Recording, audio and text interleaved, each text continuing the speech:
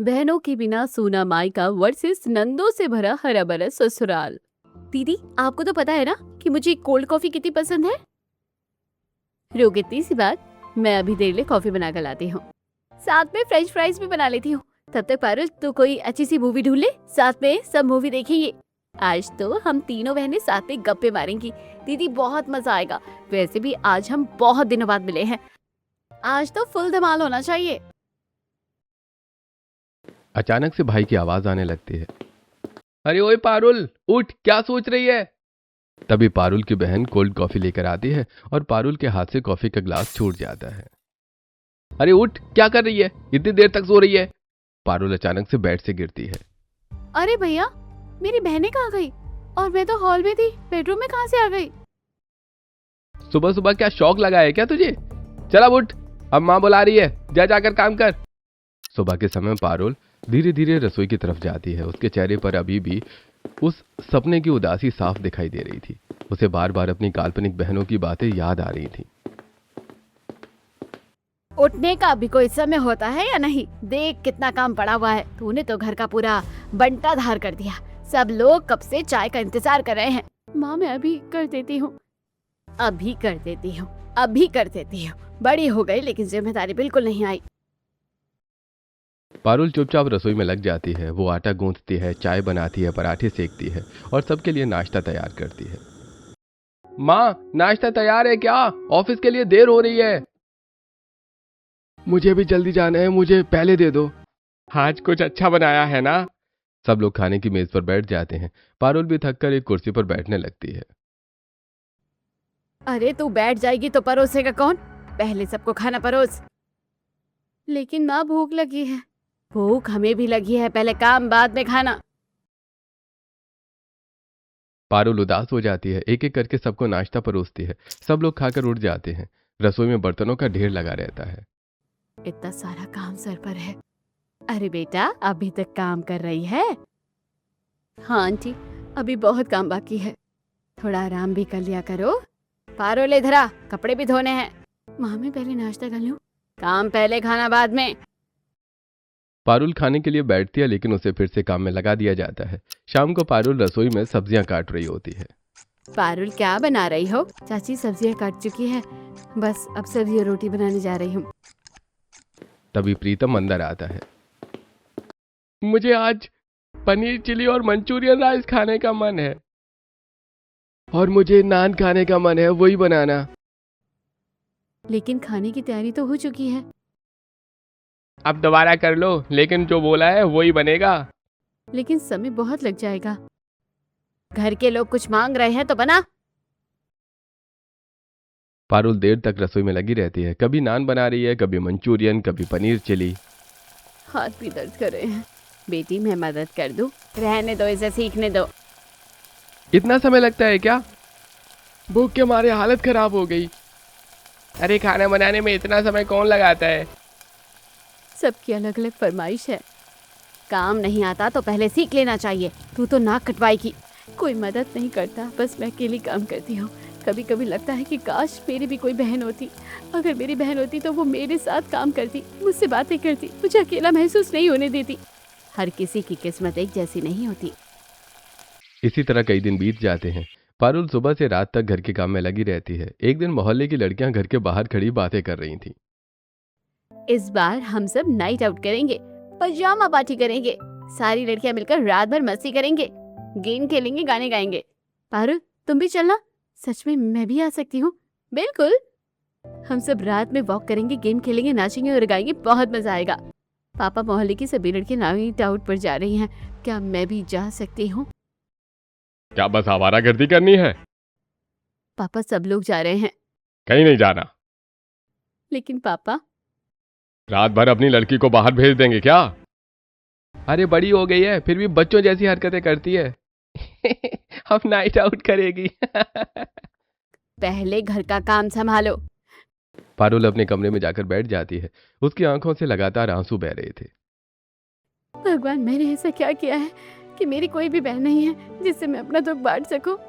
अगर मेरी बहन होती तो वो मेरे लिए लड़ती, मेरा साथ देती, मुझे समझती। पारुल, तैयार हो गई है क्या? जल्दी आओ। मैं नहीं आ पाऊंगी। क्यों? घर वालों ने मना कर दिया। सारी लड़कियां चली जाती हैं और वो वहां काफी एंजॉय करती है। तब पारुल, काश मेरी भी कोई बहन होती, कम से कम मेरा हाथ पकड़ कर कहती कि मत रो, मैं तेरे साथ हूँ। पारुल चुपचाप अपने आंसू पोंछती है और आसमान की तरफ देखने लगती है। उसके मन में बार बार यही सपना घूम रहा था, जिसमें उसकी दो बहनें उसके लिए कोल्ड कॉफी बना रही थी और उसके साथ हंस रही थी। अगली सुबह घर में हलचल थी। तीनों भाई तैयार होकर बाहर जाने की तैयारी कर रहे थे। पारुल रसोई में चाय बना रही थी और उनकी बातें सुन रही थी। पापा, हम लोग आज दोस्तों के साथ घूमने जा रहे हैं। थोड़ा बाहर जाएंगे और शाम तक वापस आ जाएंगे। पापा, थोड़ा पैसा भी चाहिए और कार भी ले जाएंगे। अरे बिल्कुल जाओ, जवान लड़के हो, घूमो फिरो। ये लो पैसे और कार की चाबी भी ले जाओ, जहां मन करे घूम कर आना। आज तो बहुत मजा आएगा। पारुल दूर खड़ी ये सब देख रही थी। उसके मन में भी बाहर घूमने की इच्छा जाग जाती है। पापा, मुझे भी थोड़ा घूमने जाना है। भैया, आप लोग मुझे भी साथ ले चलो ना, मैं भी बहुत दिनों से कहीं नहीं गई हूँ। हमारे साथ क्या करेगी? घर में बैठ, हर समय घूमने की पड़ी रहती है इसे। अब इसे भी बाहर घूमना है। अरे तुम कहीं नहीं जाओगी। अरे वही, इतनी बड़ी हो गई हो, अब भी घूमने की पड़ी है। घर का काम करो। वैसे भी लड़कियां ज्यादा बाहर घूमे तो घर की इज्जत खराब होती है। मैं सिर्फ थोड़ा सा घूमना चाहती थी, बस आवारागर्दी करनी है, कोई काम नहीं है। हमारे घर की लड़कियां ऐसे नहीं घूमती। पारुल चुपचाप अपने कमरे में चली जाती है। फोन बजता है। पारुल, मैं अपनी दोनों बहनों के साथ घूमने जा रही हूँ। हम लोग शॉपिंग करेंगे और बाहर भी खाना खाएंगे। बहुत अच्छा है, तू भी आ जाती। मैं नहीं आ सकती, मेरे घर पाबंदी है। काश मेरी भी कोई बहन होती, हम सब साथ घूमने जाते, बातें करते और मुझे कभी अकेला महसूस नहीं होता। कुछ दिन बीत जाते हैं। घर वाले हर छोटी बात पर पारुल को डांटते रहते हैं। पारुल, मेरा बैग लेकर आ। मेरे कपड़े प्रेस कर दे। अरे पानी भी दे जा।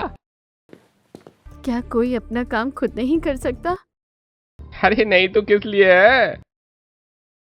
कुछ दिन बीत जाते हैं। एक दिन, माँ, मुझे 100 रुपए चाहिए। किस लिए चाहिए? कुछ सामान लेना है, हिसाब देना पड़ेगा 1-1 रुपए का।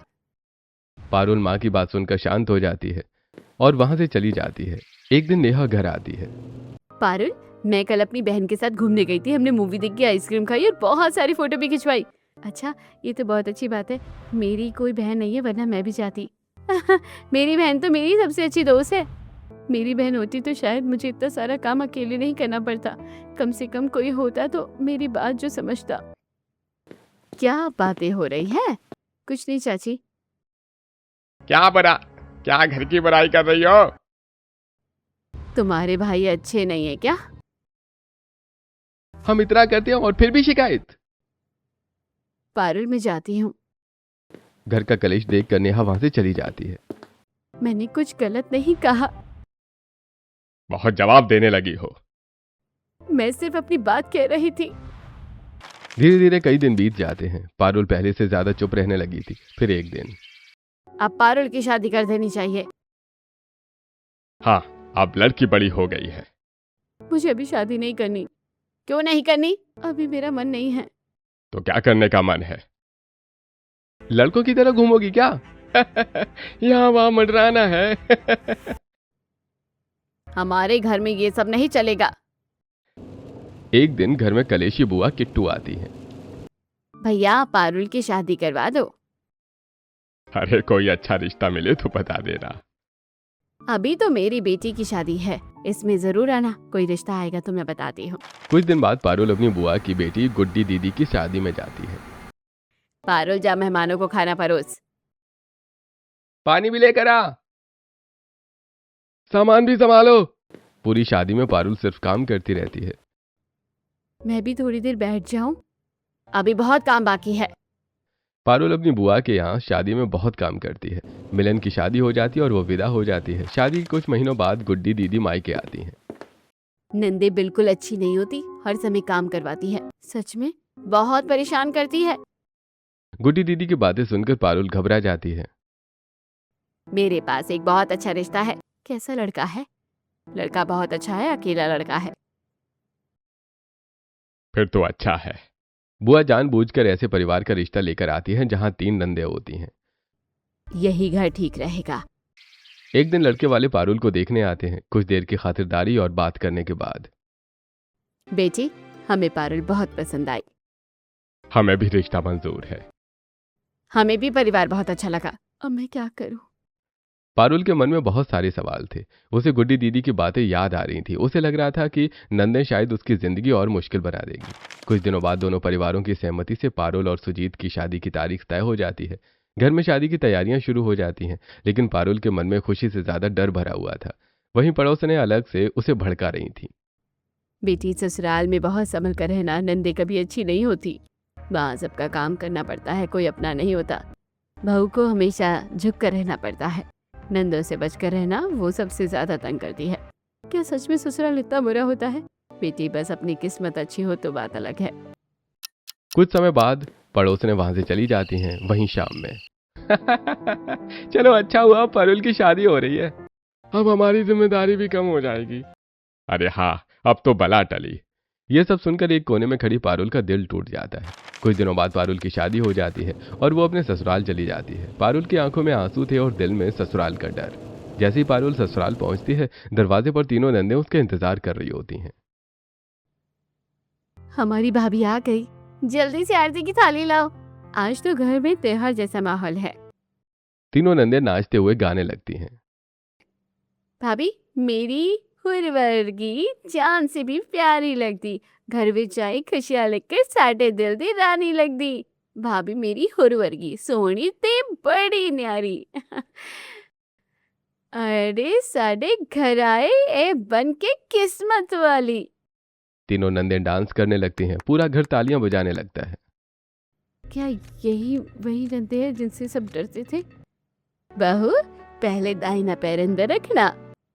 बेटी, अपने घर में स्वागत है। भाभी धीरे धीरे चलिए, अब ये आपका घर है। ये सब देखकर पारुल को थोड़ी राहत मिलती है। अगली सुबह। माँ जी, मैं पहली रसोई बना दूं? अभी नहीं बेटी। क्यों माँ जी? एक हफ्ते तक भाभी कोई काम नहीं करेगी, सिर्फ आराम करेगी और हमारी बातें सुनोगी। लेकिन मैं काम नहीं करूंगी तो गलत लगेगा। बेटी, अभी तुम नई नई आई हो, पहले घर को समझो। थोड़ी देर बाद तीनों नंदे खाना लेकर आती हैं। भाभी, आपका पसंदीदा खाना बनाया है, आज हम आपको अपने हाथों से खिलाएंगे। नंदे भाभी को खाना खिलाने लगती हैं। आज से आप हमें छोटी बहन या दोस्त समझो। मैंने सोचा था कि काश मेरी बहनें होती, लेकिन मुझे नहीं पता था कि मेरी नंदे ही मेरी बहन बन जाएगी। अब हम हैं ना? ससुराल में पारुल को नंद का खूब प्यार मिलता है। कुछ दिनों बाद पारुल पग फेरी की रस्म के लिए मायके आती है और फिर उससे मायके में काम करवाया जाता है। पारुल, जरा आटा गूंथ दे। चाय भी बना दे। मेरे कपड़े भी रख देना। मैं अभी आई हूँ। तो क्या हुआ, घर का काम तो करना पड़ेगा। पारुल जब से आई थी तब से उसे बस काम करवाया जा रहा था।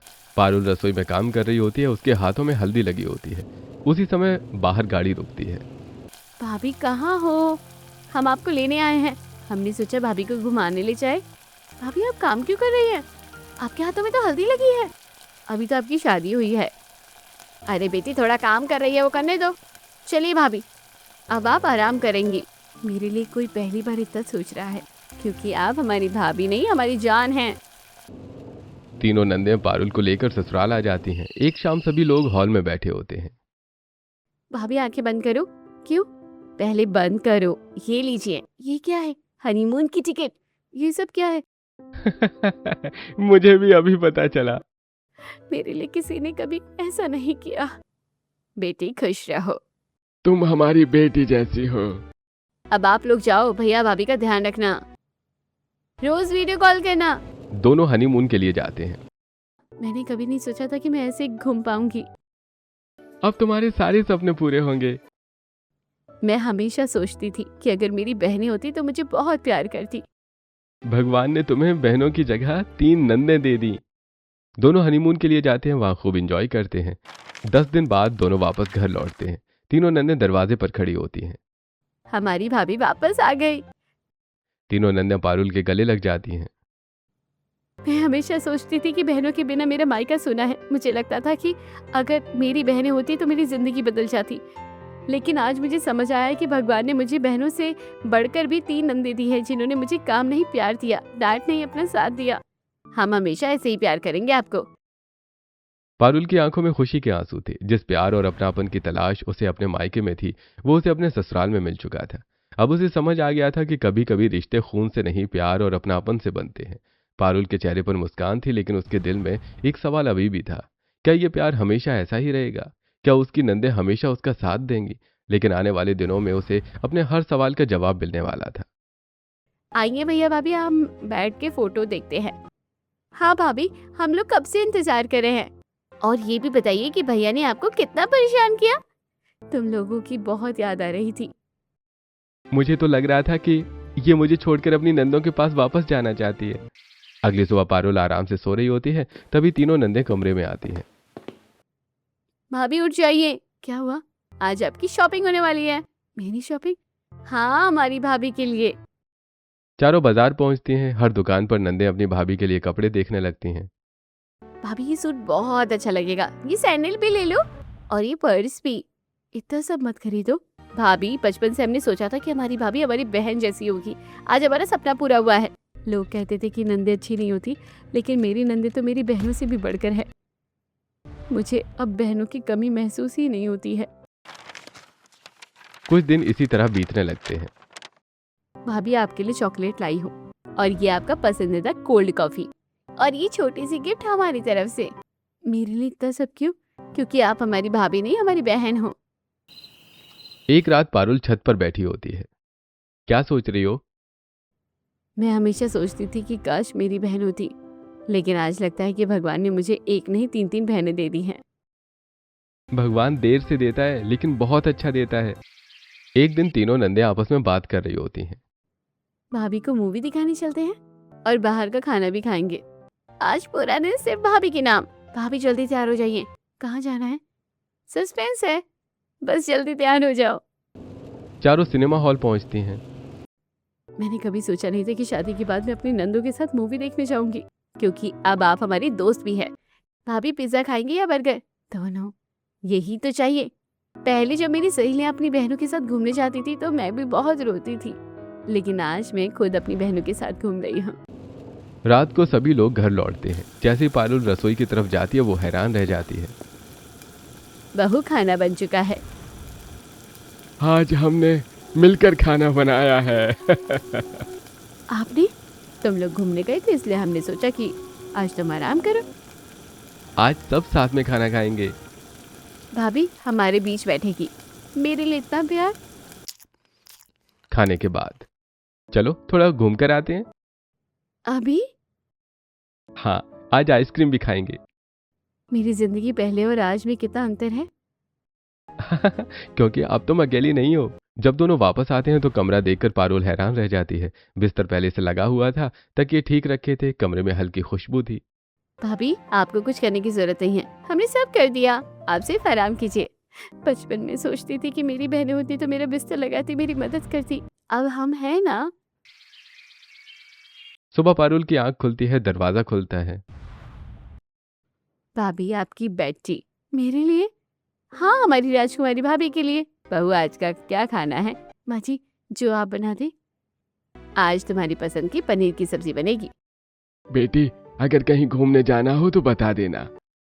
पापा जी, मुझे पहली बार लग रहा है कि मैं किसी की बेटी हूँ। एक रात तीनों नंदे पारुल के पास बैठी होती हैं।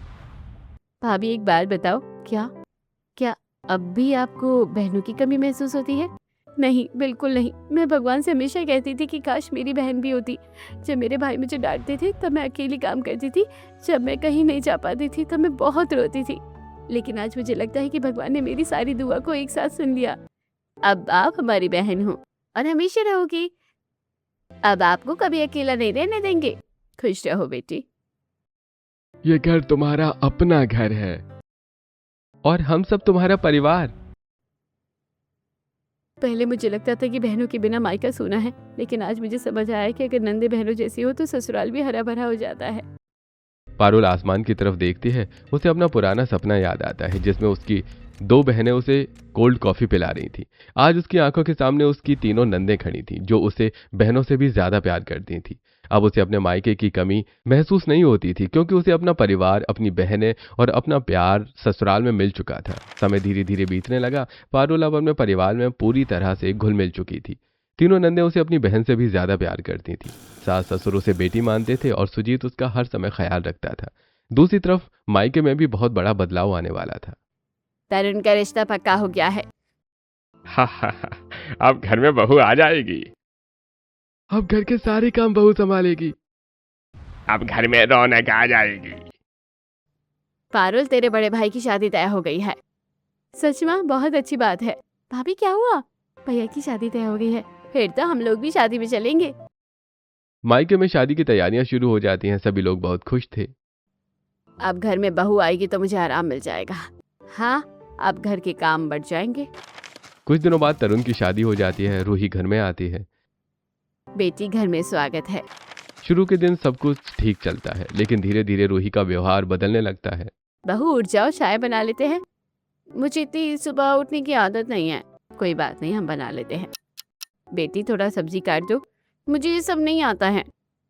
कुछ तो सीखना पड़ेगा, मैं नौकरानी बनकर नहीं आई हूँ। अब मीनल और रितु दोनों मिलकर सारा काम करने लगी। पहले पारुल काम करती थी, हम उसके जाने के बाद सब काम हमारे ऊपर आ गया है। बहू भी कोई मदद नहीं करती।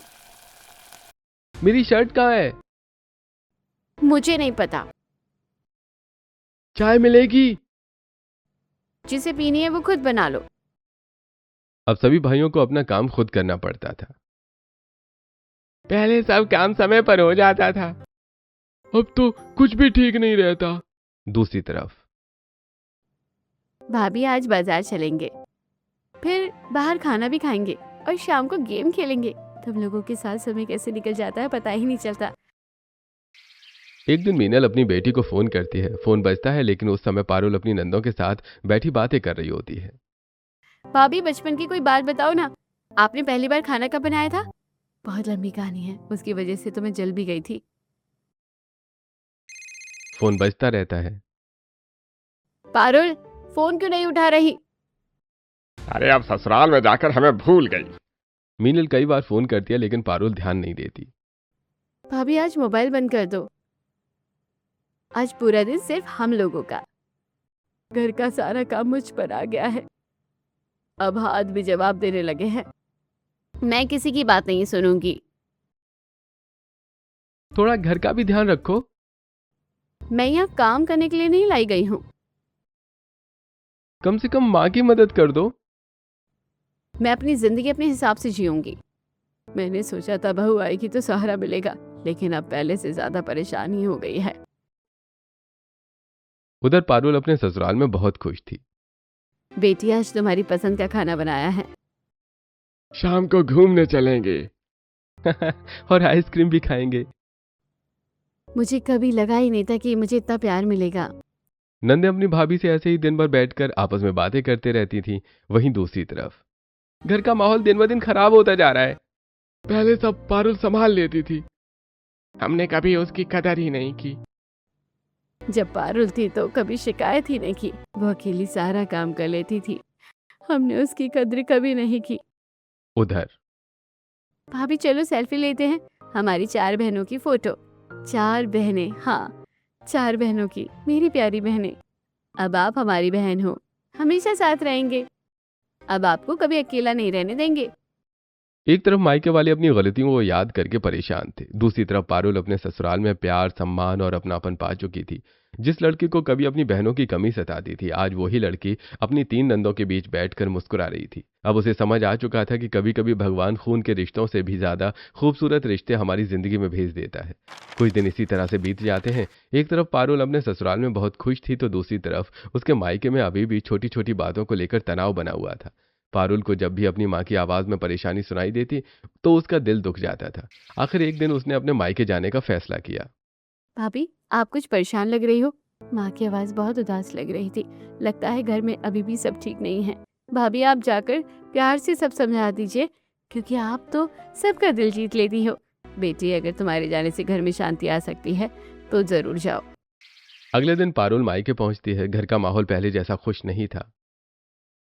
आ गई बेटी। अब तो घर में रोज कोई ना कोई बात हो जाती है। आखिर हुआ क्या है? पारुल देखती है कि उसकी भाभी कमरे में मोबाइल चला रही है और मीनल और रितु दोनों रसोई में काम कर रही हैं। माँ, आप लोग अभी तक काम कर रही हो? क्या करे बेटी, काम तो करना ही पड़ता है। भाभी जरा मेरे साथ बैठिए, मुझे आपसे कुछ बात करनी है। हाँ बोलो। देखो भाभी, घर ऐसे नहीं चलता। अगर माँ और भैया दोनों परेशान रहेंगे तो आपका भी मन नहीं लगेगा। मैं आपको डांट नहीं रही हूँ, मैं सिर्फ ये कह रही हूँ कि अगर आप माँ को माँ की तरह मानोगी, उनकी थोड़ी मदद करोगी, तो वो भी आपको बेटी की तरह प्यार देंगी। मैंने हमेशा सास के बारे में सुना था कि वो अकड़ू होती है, हमेशा बहू और बेटी में भेद करती है। मुझे लगता था कि सासू माँ वैसी ही है। कहीं ना कहीं शायद ये हमारे बीच की गलतफहमी थी, इसलिए मेरी और घर वालों की नहीं बन रही थी। भाभी, प्यार से सब कुछ आसान हो जाता है और भैया भी पूरे दिन परेशान रहते हैं। अगर पति पत्नी एक दूसरे का साथ दे तो घर स्वर्ग बन जाता है। शायद मैं गलत थी। मैंने अपनी सास को माँ माना और उन्होंने मुझे बेटी का प्यार दिया। अगर आप भी माँ को माँ की तरह मानोगी तो सब ठीक हो जाएगा। मैं कोशिश करूंगी। अगले ही दिन से रूही बदलने की कोशिश करने लगती है और घर वालों से प्यार से बात करती है। माँ जी, आज खाना मैं बनाऊंगी। सच में? चाची जी आप बैठ जाइए, मैं बर्तन कर देती हूँ। बेटी, भगवान तुम्हें खुश रखे। आज घर कितना शांत लग रहा है। मैंने हमेशा घर वालों को सताया, उनकी बात नहीं मानी। मुझे लगता था कि मैं सही हूँ, लेकिन शायद मेरी सोच गलत है। अब सब ठीक हो जाएगा। तुम्हारा मन बदल गया, यही खुशी की बात है। अब तुम चिंता मत करो। धीरे धीरे घर का माहौल बदलने लगता है। अब घर में पहली जैसी शांति आ गई। अब सब साथ बैठकर खाना खाते हैं। बेटी, तूने हमारा घर बचा लिया। माँ, मैंने कुछ नहीं किया। हमें पारुल के ससुराल जाना चाहिए। हाँ, हमें उससे माफी मांगनी चाहिए। कुछ दिनों बाद पूरा मायका पारुल के ससुराल पहुंचता है। भाभी देखो कौन आया है। माँ, पापा, भैया। बेटी, हमें माफ कर दे। माँ, आप कैसी बातें कर रही हो? हमने तुझे बहुत परेशान किया, तुझे कभी बेटी की तरह प्यार नहीं दिया। बेटी, हमने तुझे हमेशा रोका टोका और डांटा, लेकिन आज तूने हमारा घर बचा लिया। बहन, हमने तुझे कभी अब बहन वाला प्यार नहीं दिया। हमेशा तुझसे काम करवाते रहे, लेकिन तूने कभी शिकायत नहीं की। इसमें माफी मांगने वाली कोई बात नहीं है। ये सब मेरे ससुराल वालों के प्यार की वजह से हुआ है। अगर मुझे मेरी नंदों का प्यार नहीं मिलता तो शायद मैं भी इतनी समझदार नहीं बन पाती। भाभी, ये सब आपकी अच्छाई है। बहन, हमें माफ कर दो। अब हम तुम्हें कभी दुख नहीं देंगे। तुम सच में बहुत अच्छी हो। कोई बात नहीं भैया, वैसे भी मेरी नंदे तो आप तीनों भाइयों से भी ज्यादा अच्छी है। अच्छा जी, अब हमसे भी ज्यादा। हमें तो हरा दिया। क्योंकि हम अपनी भाभी से बहुत प्यार करते हैं। हमारी भाभी हमारी बहन है और हम इन्हें कभी अकेला नहीं छोड़ेंगे। पारुल की बात सुनकर सब लोग हंसने लगते हैं। सच में बेटी, तू बहुत खुशकिस्मत वाली है। नहीं बहन जी, हम खुशकिस्मत है जो हमें पारुल जैसी बहू मिली है। मैं बचपन से सोचती थी कि काश मेरी बहनें होती। मुझे लगता था कि बहनों के बिना जिंदगी अधूरी होती है, लेकिन आज मुझे समझ आ गया कि रिश्ते सिर्फ जन्म से नहीं बनते, प्यार, सम्मान और अपनापन भी रिश्तों को जन्म देते हैं। अब हम अपनी बहन को हमेशा खुश रखेंगे और हम अपनी भाभी को हमेशा बहन बनाकर रखेंगे। भगवान करे ये प्यार हमेशा बना रहे। उस दिन दोनों परिवार एक साथ बैठे थे। कहीं कोई शिकायत नहीं थी, कोई दुख नहीं था। पारुल के चेहरे पर मुस्कान थी, क्योंकि आज उसे अपना मायका भी मिल गया था और अपनी बहनों जैसा प्यार देने वाली नंदे भी। कुछ महीनों बाद दोनों परिवारों के रिश्ते पहले से भी ज्यादा मजबूत हो जाते हैं और अब पारुल अपना मायका जैसे नंदों से हरा भरा था, वैसे ही मायके में भी उसे प्यार मिलने लगता है। मैं हमेशा सोचती थी कि बहनों के बिना मायका सूना होता है और मुझे कभी बहनों का प्यार नहीं मिलेगा, लेकिन आज भगवान ने मुझे 3 नंदों के रूप में बहनें दी हैं। भाभी नहीं, हमारी बहन। अब आपको कभी अकेला महसूस नहीं होने देंगे। हमारी भाभी हमारी सबसे प्यारी बहन है। बहन, हम तुझे वो प्यार नहीं दे पाई जिसकी तू हकदार थी। कोई बात नहीं भैया, मेरी नंदे मेरी बहनों से कम नहीं है। इस कहानी ने साबित कर दिया कि रिश्ते सिर्फ खून से नहीं, दिल से बनते हैं। बहनों के बिना सूने मायके का दर्द नंदों के प्यार ने ऐसे भर दिया कि ससुराल ही सबसे खूबसूरत आशियाना बन गया। दोस्तों, आपको नंदों से भरा ससुराल चाहिए या बिना नंदों वाला? अपनी राय कमेंट बॉक्स में जरूर बताएं।